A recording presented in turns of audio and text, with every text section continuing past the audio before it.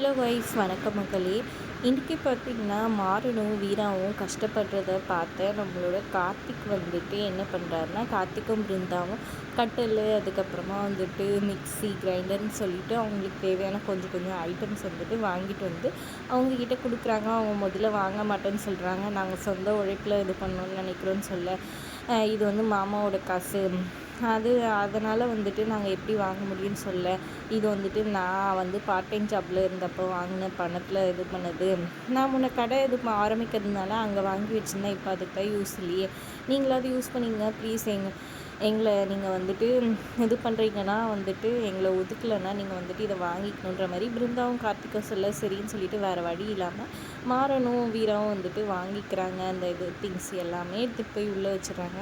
அதுக்கப்புறம் வந்துட்டு இங்கே ரொம்பவே பசியில் இருக்காங்க. வீட்டில் வந்துட்டு எதுவுமே இல்லை, கையில் பணமும் இல்லைன்ற மாதிரி வீரா சொல்லிட்டு இருக்காங்க. அப்படியே கூட தூங்கிடலான்னு சொல்லிட்டு இதெல்லாம் பார்த்துட்டு செல்வி வந்துட்டு நம்ம ஏதாச்சும் பண்ணணும், என் பிள்ளை இந்த மாதிரி கஷ்டப்படுறது பார்க்க முடியும், சாப்பாடு போட்டு வந்து கொடுக்க பார்க்குறாங்க. அப்புறம் அவங்க அண்ணன் தடுத்து நிற்கிறாரு. இப்படியே இருந்தால் அவங்க எப்படி முன்னேறி வர்றது, எல்லா சுச்சுவேஷனையும் அவங்க தாண்டி வரணுன்ற மாதிரி சொல்கிறாங்க.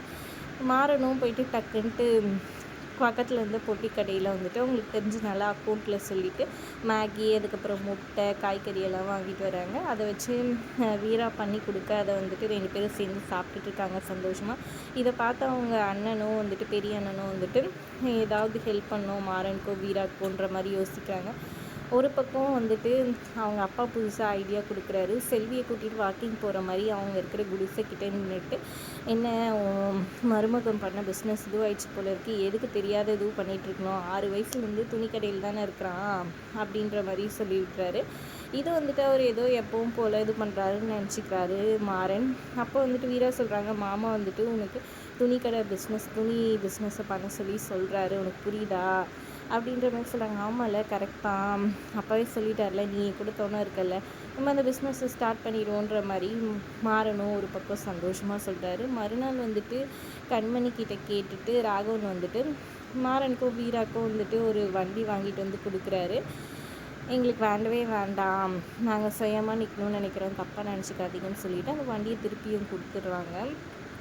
ஒரு பக்கம் பார்த்திங்கன்னா இங்கே மாறன் வந்துட்டு துணிக்கடை ஆரம்பிக்கிறதுக்காக அவங்க கடைக்கு ஆப்போசிட்டில் இருக்கிற கடையில் போயிட்டு இந்த மாதிரி பணம் துணி வேணும், நான் திருப்பி கொடுத்துட்றேன்ற மாதிரி சொல்ல, உனக்கு என்னப்பா, உனக்கு எவ்வளோ வேணுமோ எடுத்துக்கோ, நான் தரேன்ற மாதிரி அந்த கடைக்காரர் சொல்லிடுறாரு. அப்புறம் 2 லட்சத்துக்கு வந்துட்டு ஒரு துணிங்களெல்லாம் எடுக்கிறாரு வியாபாரம் பண்ணுறதுக்காக.